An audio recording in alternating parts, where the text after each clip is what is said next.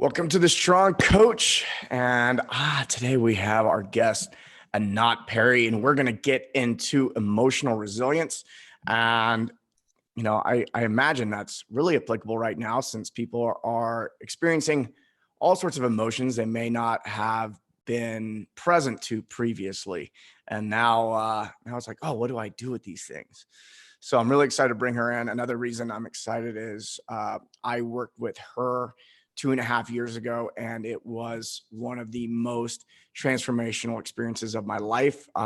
It gave me things um, that I use to this day. So much so, I loved it so much that we partnered together to get that program out to as many people as possible.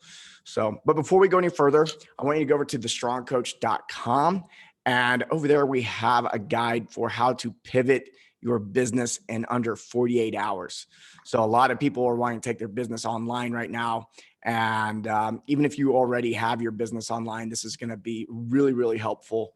And it's a free guide. So if you go over to thestrongcoach.com and you scroll all the way down, there's this really big green button that gives you click on that, you get an email. You know the deal. So go check it out. All right. Anat, it's been really cool having you on our mothership calls. And for those that don't know, anyone who's ever been a client of the Strong Coach, we started doing daily calls to see where we could support them because a lot of things have shifted. And one of the areas in which we get to support them is in their psycho-emotional state and help them through fear and anxiety and stress. And then also, most people are in the same house. A lot of people that have been through the Strong Coach, they have tools, but maybe their partner or their kids or somebody else doesn't have the tools, and, managing that conversation with other people as well. So we've been put under a whole new set of situations. And I even for myself, I've begun to realize, isolating myself for over 2.5 weeks now with friends. A lot of things have bubbled up for me, and I go, oh, wow, that's something I wasn't dealing with before, but I'm glad I get to now. So Anat, in the last 2 weeks, since everyone started quarantining themselves because of this whole coronavirus, what have you seen as far as fear has come up? Oh, yeah. Well, for collectively, um, what I've heard is a lot of anxiety, a lot of doubt, a lot of uncertainty, a lot of people holding on to whatever they have, whatever money they have, because they don't know if they're going to be laid off next month, if they're, or yeah, if they're going to be able to withstand this. We don't know how long this is going to be. So the fear is leaking into a lot of areas for people that I personally believe those areas were there beforehand. Yeah. And people are just having this just magnifies it. Yeah. What are And the areas? I mean, you mentioned uncertainty around finances. There's a bit of that. What else? Where else are people experiencing fear that you've heard? um, fear of this changing their life permanently, Mm.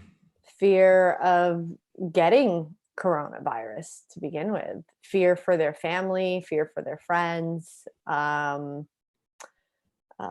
stress, anger, anxiety for sure, and them not having the normal things that they can turn to. So, like again, I think it's just exasperating what has been there under the surface all along that we've always managed Yeah. to avoid. Yeah. I want to dig into what people normally turn to. What are some common things people turn to when they want to avoid their feelings that may have been taken away from them right now? Um, for some of them, it's just even just like distracting themselves with work. Hmm. Some people are not working right now and have so much time to sit, right? Going out to bars, to clubs, to restaurants, right? Be getting together with friends to be social in that way and distract themselves from from spending time with themselves and having to hear their own voice. So yeah, I'd say those are some of the big ones I feel that have been pulled out. Yeah. The two that have been pulled away from me is travel. Well, the two Yeah. big ones for me that I tend to go to is work and travel. And the travel was taken away, so I doubled down on the work, which was good in a lot of ways, because there's a big pivot necessary in messaging and things like that in regard to the business. And there was a really great opportunity for us to be of service to our clients. So there was this, I guess, I mean, we didn't need to do anything, but I chose to work, and I worked and worked and worked, and then I hit the wall, and I go, okay, I knew I was going to hit the wall, I was curious, because I've been taking it easy a lot and for years, and Ditto. and I was thinking, let's see how far I can take this thing. So I got about 10 days in, and then I hit the wall, and I go, okay, that's where I'm at. So I took a few days off, and those few days off, I got really present to a lot of emotions and a lot of uh, places where I was judging myself and all that kind of stuff. And because of the work I've done with you, is really enjoyable to work through in a way. Like there was some, sadness and guilt and all these things I was feeling. And at the same time going, okay, I know I'm moving through this. And so I just get to sit with it, and I got to sit with it for a whole day. And on the other side of it is, a lot of joy. And it was, yeah, I want to let people know I'm having things come up for me too. And that's totally, totally okay. Have you had stuff come up for you in the last couple of weeks? Very little. Are you human? I am. And, I was speaking. Well, first of all, I have my support team, right?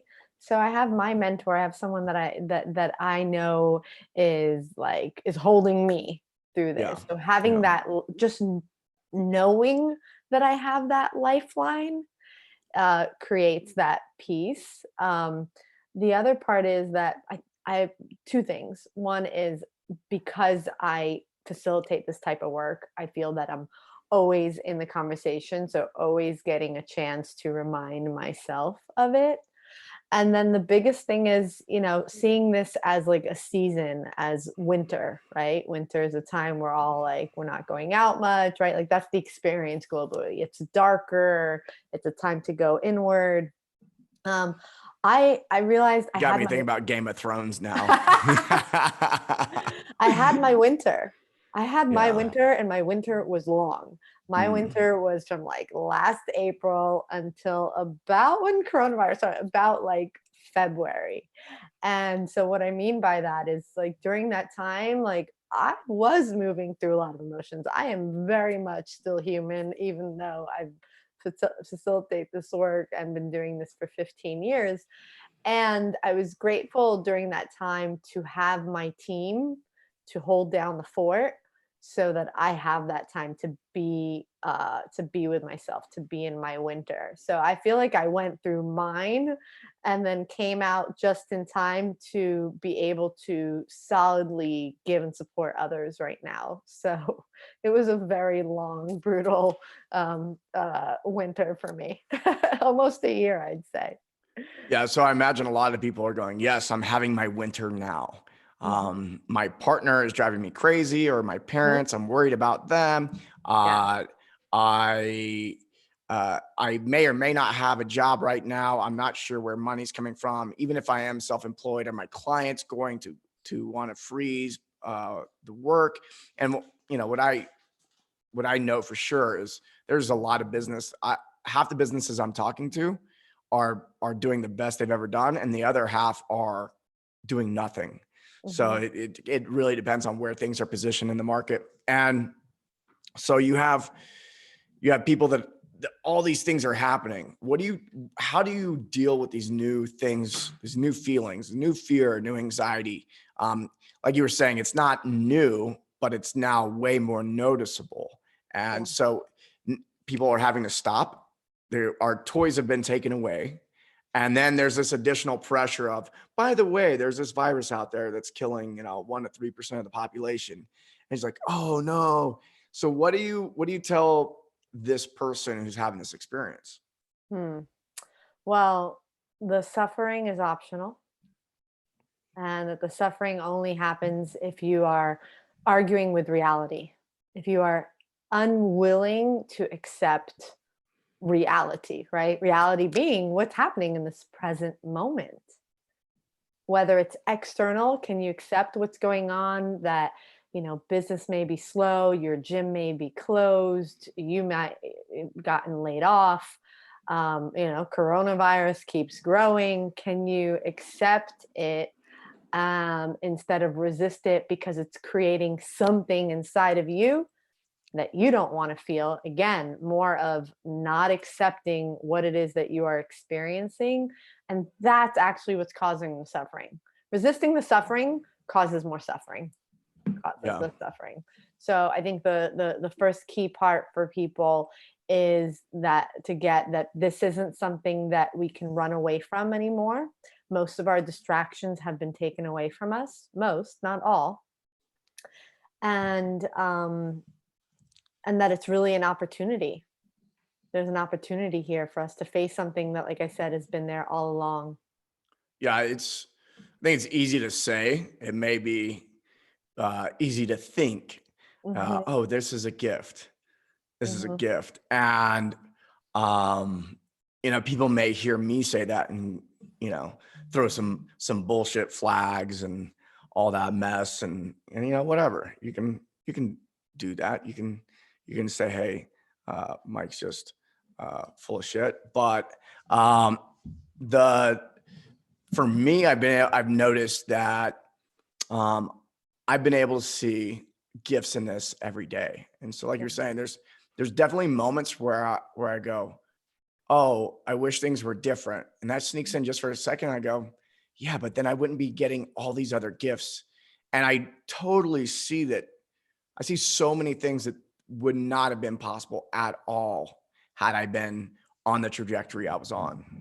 Yeah, I mean, look, the growth happens. We grow the most in discomfort, in uncertainty, in the challenge. So, it's like a double-edged sword. On one hand, like our ego doesn't want it. But looking back, when we will look back in this in hindsight 2020, most of us, if we've taken this opportunity to go through it as opposed to avoid it, those of us that do that are gonna come out on the other side and say, holy cow, that was painful, that was a battle, and I grew so much from it. So ultimately, I think we all do want to grow in knowing what we're capable of. The more we grow, the more like our box expands, the more belief we have in ourselves, and knowing ourselves as powerful. Yeah. Well, let's talk about the thing that, the two things I see where people are experiencing the most fear would be the virus itself, Mhm. which, I tell people, what I've been telling people closest to me. And then, working my way out is take really good care of yourself right now. Mhm. You know, there's no better time than right now to be doing breath work and cold showers and taking the right supplements and medicinal mushrooms and all that kind of stuff. And we're putting together a guide right now to basically a checklist of these are the basic things you should be doing. If you're not, this is really easy, cheap, whatever. So we're putting that together. And the other one is money. Uh, and when I talk to people, when I talk to them about their health, there's a lot more people have the ability to have control there, or at least they have this perception of control where it's like, okay, I can do these things to boost my immune system. I can avoid these few foods, these activities. I get a lot of rest. There's all these things I can do. I'm ready for that. But when it comes to the money part is more variable in a way because it's we're so interdependent as a society, and like money's not something that if you do it yourself you got it. It's how you engage with everybody else. What do you tell people who are really challenged right now where money is their big concern? Mhm. Um, the foundation of it is your relationship with money. It's a relationship. Look, I if I didn't have the relationship that I do with money, it's not like, money's flowing in right now to my business. I'm experiencing that drop as well. When I say experiencing, meaning if you look at the numbers, yes. Yeah. How am I experiencing it is very different. Is from knowing that money is abundant, and the only thing that's not is time. Can't get time back. We can always make money back. And there's a trust, there's a relationship I've developed with it. And I feel most people have to first and foremost understand that, again, this is just highlighting something that's been there all along. What has been your relationship to money? How have you related to it? If it wasn't a physical person in your life, right? Oh, there's not enough. I wish there was more. It's like saying to that person, you're not giving me enough, or you're not enough. Why can't you give me more? And what type of relationship? If seeing it as an energy that could at any moment flow in, at any moment it could flow in for all of us. Opportunities can come. I know people interviewing right now, getting hired by companies, right? Oh So, yeah. and then I know people that didn't have a product and now created one and are selling it. So like opportunity can show up, the money can, the switch can flip like that. Oh And yeah. so you We have had to we look had at. quite a few clients that went from their gym owners and they go, "Oh no, I hope I don't lose any clients," to keeping all their clients. And because they did such a good job of going online, they got more clients. And so they're making more money than ever when Yep. most coaches are seeing a decrease. So Yeah. it's true. It's one of those things. And I didn't expect that for them. I was going, okay, we're gonna do the best we can. I'm like, hold on tight. And I go, oh, actually, and then there was other client there, not every single client did that. So Mhm. some clients did came out on the other side better than others. We're only 2 weeks in. Yeah. Yeah. And there's things that we can control and there's things that we can't. And what we're telling ourselves, our mindset, is something. What we're feeding ourselves, we can. Have you heard of the salt and pepper experiment? No. So there's a group of people at a dinner table, and they've done this many times. And so two people decide to play along with this and be like, "Where's the salt and pepper? There's no salt and pepper. I can't believe there's no salt and pepper on the table." And they keep saying it. And so the people listening are listening, and they're buying into it so much that they don't see that the salt and pepper is on the table. And so, really tying this into whatever it is that you're telling yourself is going to create your reality. And so we can control what it is that we are saying to ourselves, right? So what are you choosing to buy into? What are you choosing to feed your mind? Because a lot of you are very good at choosing what you feed your body, right? And how you exercise. Well, how are you exercising your mind? And what is it that you're feeding that, so that that's what you're seeing? Because both What do are you say to the equally person who's powerful. like, but a not, but a not, but this is how it is. Trust me, I've seen it my whole life. It's been like this. What do you tell that person? It's if it's been like this your whole life, yeah, because it's a script. It's a script that you inherited, and you keep playing it out and not knowing that you could edit that script out. So keep saying the same thing, keep having the same results. Yeah. Say something new, right? And the truth is, like, can you accept that reality if that is your reality? Not just not as a I think most people are accepting it in a disempowering way. Mm. Like, and as opposed to what I said in the beginning of, like, how much can you accept the reality, and experience what that's creating in you, like what feeling you're feeling there, so much so that you can be with that feeling and that no longer has a grip on you. Yeah. Yeah. What do you, so if someone is experiencing overwhelm, they, if they're starting to live Groundhog's Day, as I imagine some people are starting to have Groundhog Day, um, because of the quarantine. And I'll say this, I'm not experiencing Groundhog Day, Mm-mm. but I know a lot of people are. Even though I'm in the same house, every day I start off very similar, all this kind of stuff. But every day for me is this huge, there's a lot going on. There's a lot, and it's different from moment to moment. Yeah. What do you tell someone who's experiencing, they're in Groundhog Day right now, and they're just like, oh my God, when is this going to end? I don't know if I can handle this. Yeah. And I know that's the reality for a lot of people, especially parents right now that have to juggle maybe working from home and being and not getting a break from their kids. There's no babysitter, right? There's no sending them off to school. So I know that's a reality. I actually spoke with a dear friend of mine last night that was like in breakdown about that. Like, I get no break, right? Yeah. The importance of experiencing and feeling whatever's coming up for you around that, like emotional resiliency. We need to learn how to feel whatever it is that we're experiencing, because that's really what you're trapped in. Like, look, the reality is yes. Oh, hey there, Ben. Um, the reality there is I can't get a break. This feels like Groundhog's Day. And so the way that people are talking about it, or that sentence alone, is very up here in the head. We can create even more stories and make up that, oh my God, what if this goes on for another 5 months? Right. And then you turn on the news and it's even worse.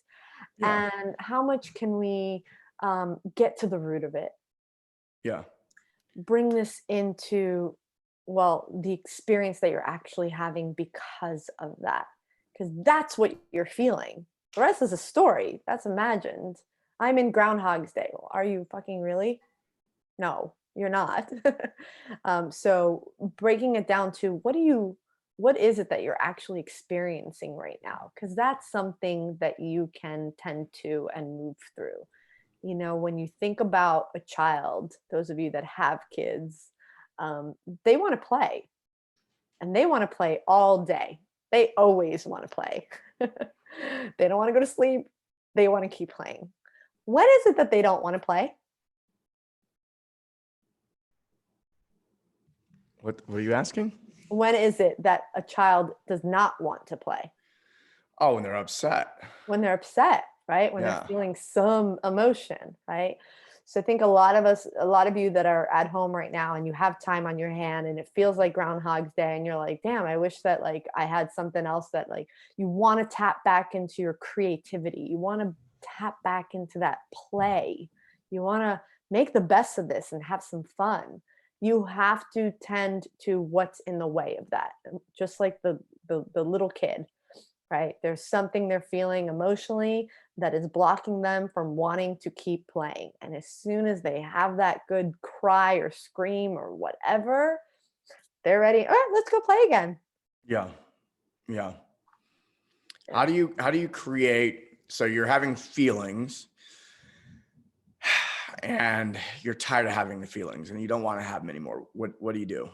Yeah. Well, see, most people label their feelings. We all do, right? It's what we learned as soon as we got language.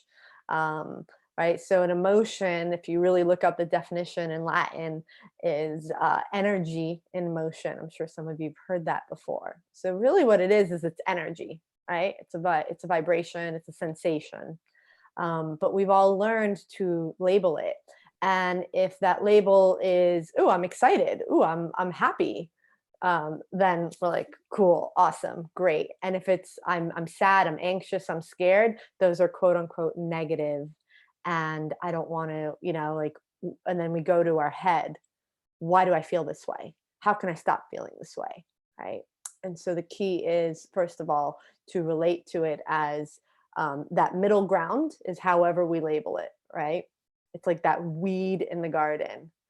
And if you take it up to your head and why and how can I control this, and maybe I'll just go distract myself with this or that, you're really just trimming the weed. Yeah, I remember for a long time, my strategy was I'm having, I didn't even realize I was having a feeling was driving it.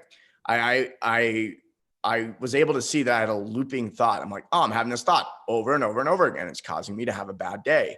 And that one looping thought turns into 5 looping thoughts. And now I'm thinking about all this shit I'm not getting done. And, I have that experience.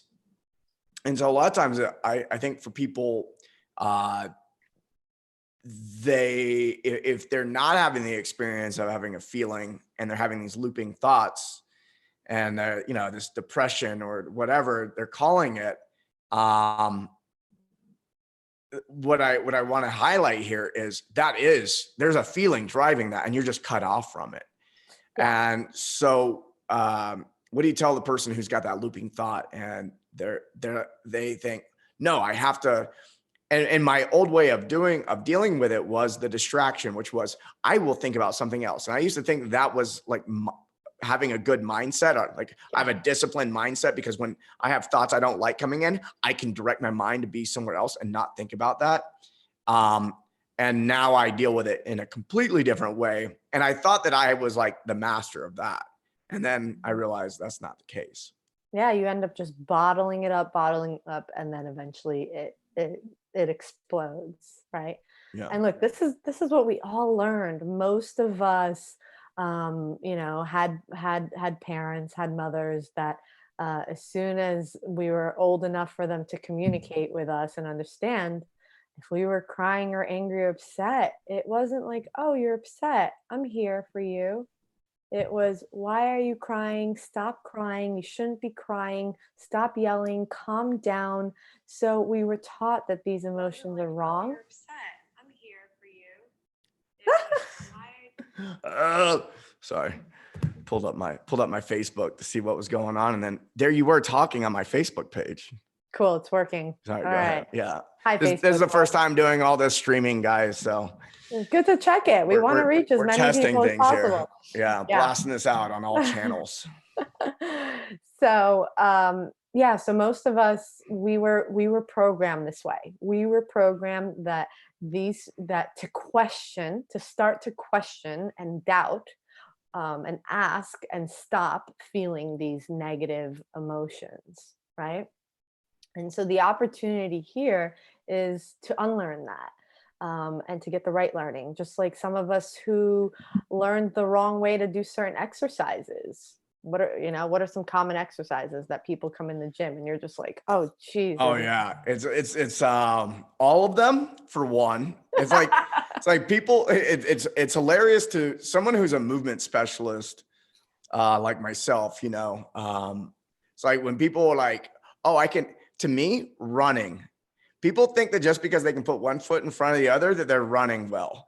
It's a high skill movement, and part of the problem with that is people been wearing shoes with too much padding, so they don't get the feedback. So the same thing happens with the emotional stuff. Is there's something messes up the feedback at some point, and now that's the new pattern.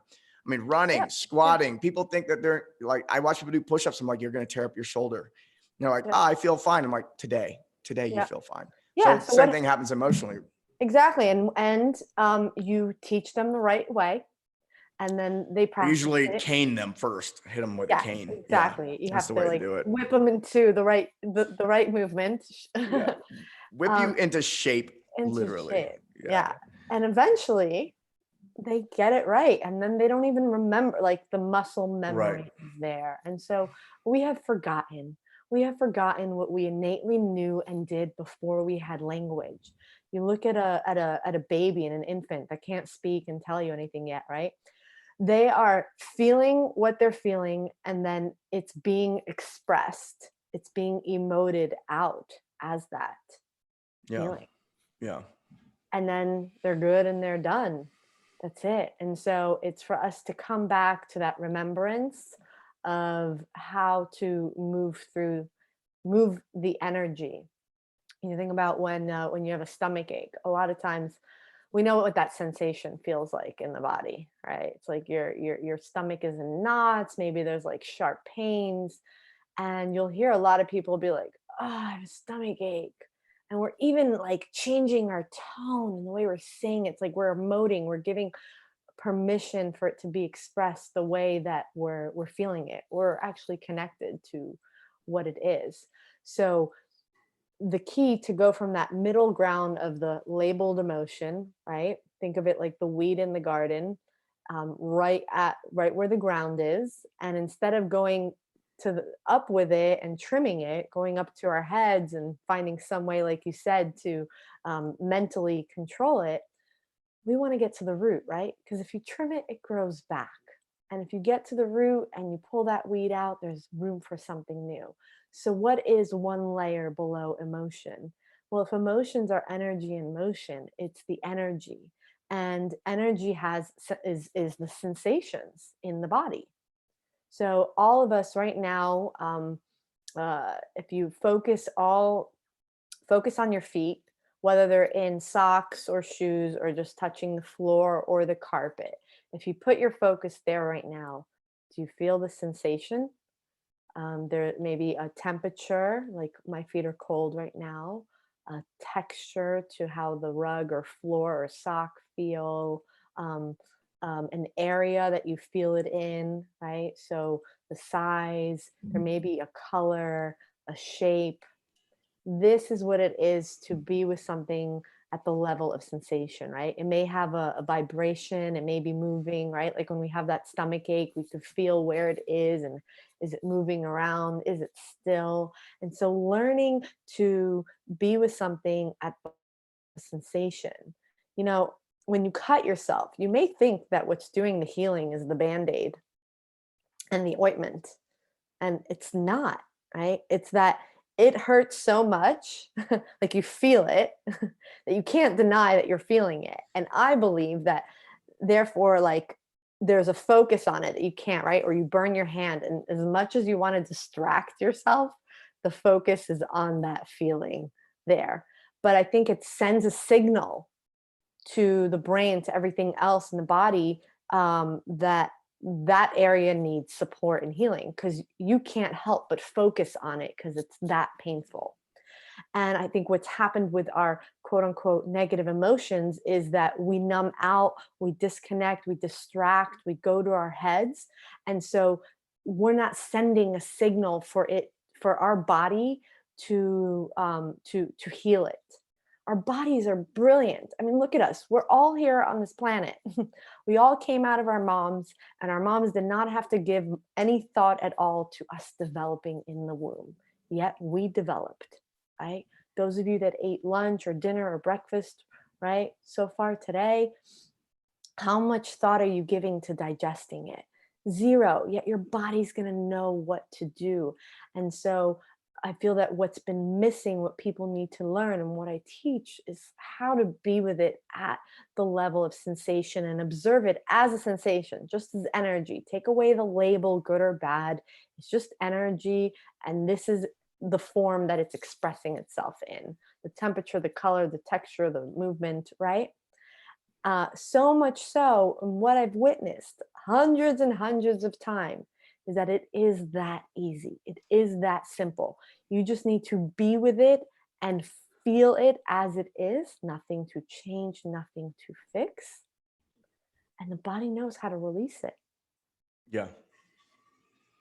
Easier said than done. Yeah, easier said than done. It's a There's practices practice. for this. So yeah, I want to point out, someone listening to this, I'm like, okay, I heard what Anat said, so I'm going to do that next time. And then, I mean, they're likely going to bump up against something, right? Yep. Yeah. And that's part of, what I teach in my program. So Yeah. I wanted to answer something you asked earlier about overwhelm. Yes. So something could be so intense, so scary, so painful, and we usually use the word "so" before the word, right? That we make it so big that it's like jumping in that shit pool. It's like overwhelming. And that's what has people shut down and numb out of it. Um, when you learn to track it wherever it is in the body, you understand that like it's just there. That's where it is. And at the same time, you can go focus back to your feet or, or your hands or your arms or anywhere else so that feels grounded, that feels safe. And you can see, you can go back and forth between, oh right, there is this pain right here in my chest. It's heartbreak, it's fear, it's whatever. And it's so intense, it's so much. And is it so much because you're feeding it with stories, like you're fueling the fire more, so being aware of that and coming back? Or is it just like so painful that you think it's going to take over all of you? And that's when there is to like tune into other parts of the body and be like, oh, okay, this area feels good and safe. The cushion, like the ground holding me, right? The chair, the couch holding me right now feels super, super good. And then you can come back to it and you can bounce back from that. Just like in exercising, right? It's Yeah. like it could hurt, it could be intense, and to know that like it's just that one part of the body. I interviewed Jared Davis, who's one of our coaches, a couple weeks ago.